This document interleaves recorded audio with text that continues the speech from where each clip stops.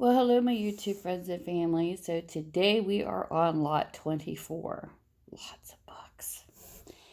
And this is still the 10 books for $2 in the romance section. And we are working on the Harlequin Presents.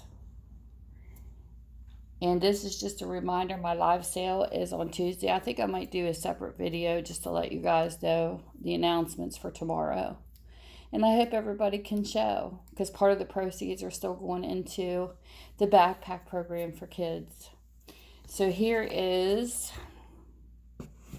the very first book, and it is called Gallant, Antagonist.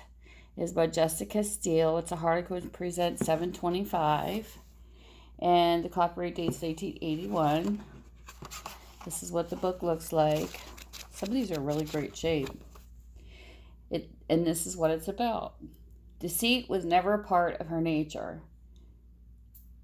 Jancis Langford knew that love meant nothing without loyalty and trust. Her parents' bitter divorce had taught her that, never mind what Thorpe Kingman thought.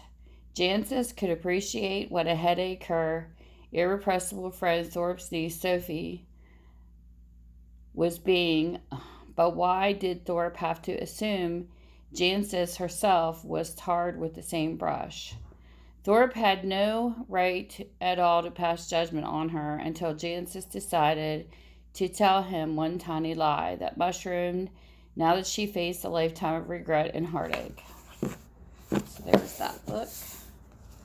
The next book is called Innocent Sins by Ian Mather, and this is Harlequin Presents 2133. And the copyright is 2000 on this one. Got a little coloring there. The rest is in good shape. And it says, well, I should say aging. Innocence betrayed. Memories of a long ago summer night still taunt Laura Neal. With the provocative innocence of youth, she'd stolen into her stepbrother Oliver's bedroom and discovered love and fleeting happiness in his arms. Driven away by his apparent betrayal, it's been 8 long years since Laura's last visit home. Can she now face Oliver without confessing the aching love she still feels for him, or the secret she's held all this time? The next book is called Love Games by Charlotte Lamb. It's Harlequin Presents 772. It is in 1884. This is what it looks like. And this is what it's about. If she was nervous, it was Quinn's doing. For the past 2 years, Dinah had strained every nerve to break new ground with her award-winning TV series, and she'd done it successfully until Quinn Howard joined the London team. He constantly watched her for signs of stress and strain, and Dinah was starting to crack under the pressure. You're overworked, he warned. If you're not careful, you'll burn out, and he'd get what he was after her series. Dinah was up against a dynamo, and she was afraid Quinn reminded her of the cold-blooded, ambitious man who'd almost broken her heart to further his career. The next book we have is His After Hours Mistress by Amanda Browning. This is Harlequin Presents 2335. This is a 2003. This is what it looks like. And this is the synopsis. Determined not to become another notch in her boss's bedpost. When her boss, Rourke Adam, approached her with an after-hours assignment, Jenny has done. Rourke wants her to pretend to be his girlfriend for a whole week. Rourke has chosen Jenny because he considers his employee strictly off limits, but sparks fly when they're forced together and Jenny becomes his after-hours mistress. It's just a no-strings affair, or does Rourke have another long-term assignment in mind? This one is called Solitaire by Sara Craven. Harlequin Presents 325. This is a 1979 book. There's writing here. This is what this book looks like.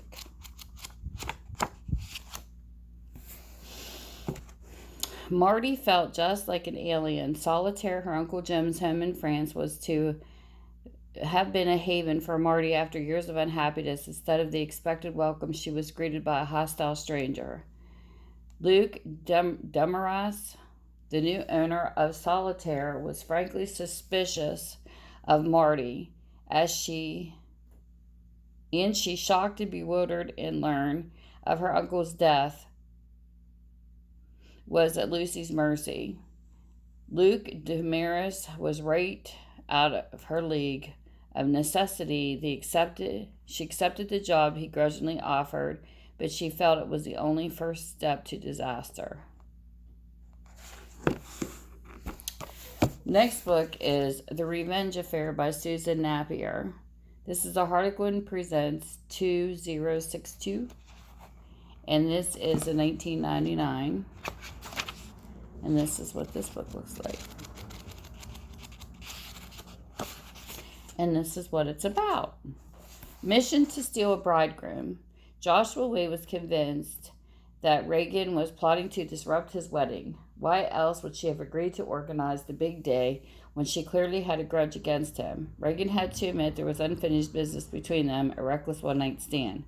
Reagan wasn't out for revenge, though she did have a hidden reason for getting close to Joshua's family.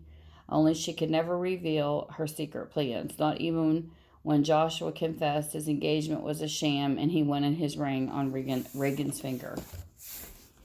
The next book we have is called The Italian's Demand. This is by Sarah Wood. This is Harlequin Presents 2354. Copyrights 2002. That's what the book looks like. Mother and Mistress, Vitamore Mentazzini.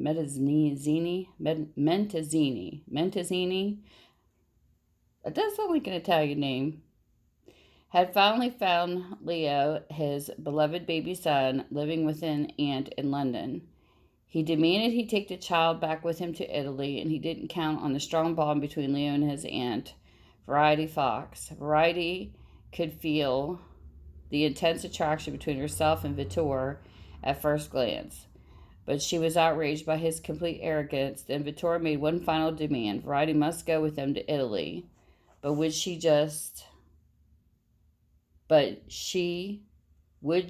be just Leo's surrogate mother, or Vittore's lover as well? Well, those names are hard to pronounce. Okay. Then we go into another one. Alejandro's Revenge by Ann Mather. Harlequin 2327. And the copyright on this is 2003. This is what the book looks like. And this is what it says. Seduced by a Latin lover. 2 years ago, Miami Abigail Layton spent one unforgettable night with irresistible Ignatic Alejandro Varga, but malicious lies broke them apart, and Abby left determined to forget about Alejandro forever. Now Abby is back and forced to face her Latin lover once more. To her surprise, passion between them flares as strongly as ever, but Alejandro hasn't forgotten the past, and he's intent on revenge by seduction. The next book we have is Spirit of Atlantis by Ann Mather. This is Harlequin Presents 351, and it is a 1980 book. It's got pen mark there, but the rest of the book's in good shape. It says she hadn't expected a memorable summer. June had come to the Canadian summer resort to forget about her father's tragic suicide. Adam Price, her fiancé, would handle the business details. All she had to do was relax. But how could anyone relax under the pressing attentions of Dan Prescott? Vibrantly attractive and son of the prominent New York family, he was vacationing nearby. Julie was too serious a girl for a summer fling, and she soon realized just how strong her feelings for Dan were, but everything seemed against her. Adam, Dan's family, and her own common sense. And the last book for today is called The Pregnancy Proposal by Helen Bianchin. I don't know if I'm pronouncing it right, but oh well. Harlequin Presents 2313, and the copyright's 2003. This is what the book looks like, and this is what it says. The Baby Bombshell. Tasha is overjoyed to discover that she's pregnant, but telling Australian tycoon Jared North That he's the father of her baby is the hardest thing she's ever had to do. For 3 years, they've shared an intensely passionate relationship, but marriage has never been on the agenda. Then Jared stuns Tasha with a marriage proposal, but convinced he's just offering marriage out of a strong sense of duty, Tasha's reluctant to become his convenient bride. And that is the last book of the day.